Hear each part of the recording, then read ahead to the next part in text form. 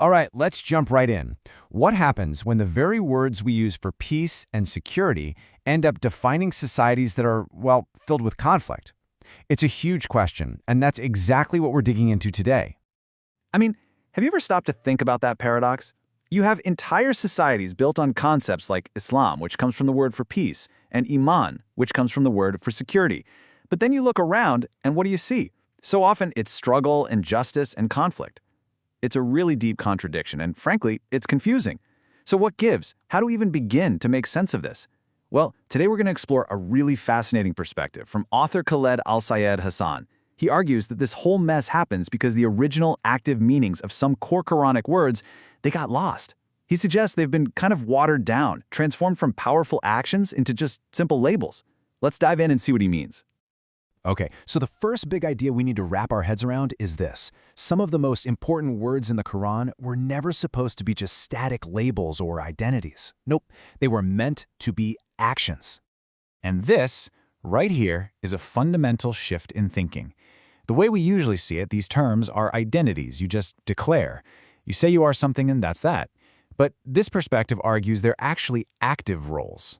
It's a total move away from what you say you are to what you do, what you actively contribute. So let's break that down with two of the most central words. So first up, Islam.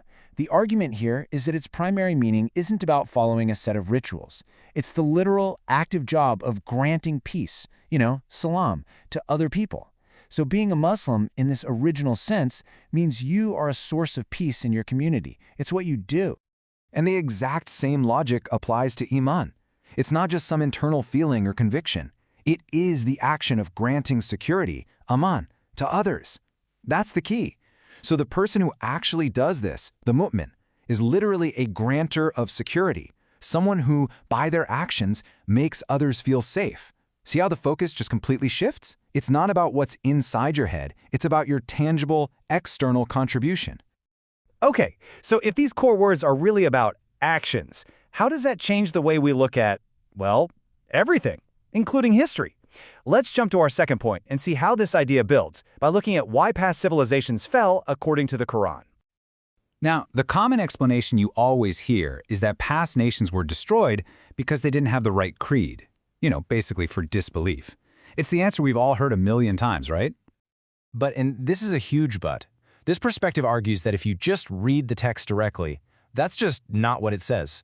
The Quran actually gives one clear, explicit, and repeated reason for why a society falls. And it is not disbelief. It's injustice. Simple as that. And here's the textual evidence to back that up. This verse doesn't say, we destroyed them when they disbelieved. No, it says, we destroyed them when they committed injustice, or zalamu. The whole argument here is that the universal law for whether a nation survives or not, it's tied directly to justice, not to a specific creed. And that specific word choice, zalamu, is so critical. It's not just a vague concept. It implies wronging other people. It's an action that has a victim.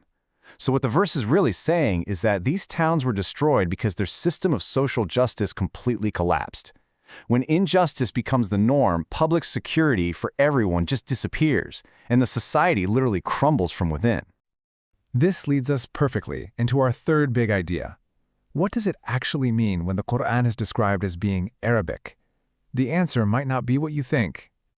Yeah, okay, the Quran was revealed in the Arabic language, obviously. But the argument here is that when the text calls itself Arabic, it means something deeper. It means the message itself is clear, it's unambiguous, it's self-evident.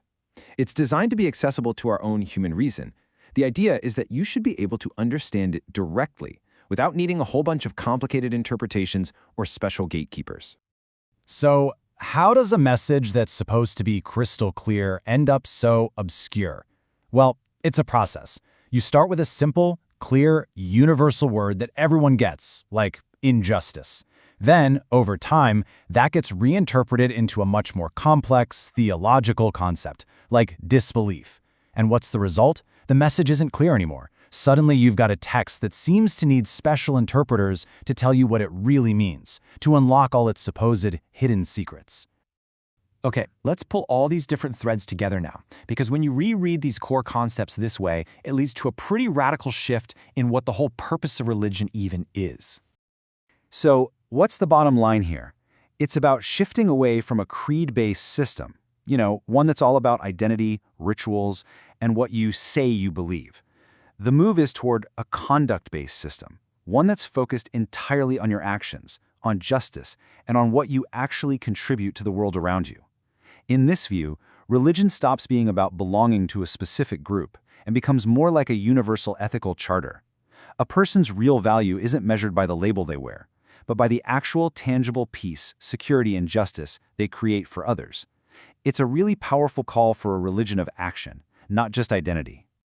And that leaves us with a final, pretty provocative question. If foundational concepts like Islam, Iman, and even the reason why nations fall have been reinterpreted over time, what else might we discover if we just went back to the text and read it in its own clear, self-evident terms? It's a challenge, really. A challenge to think, to question, and to explore for ourselves.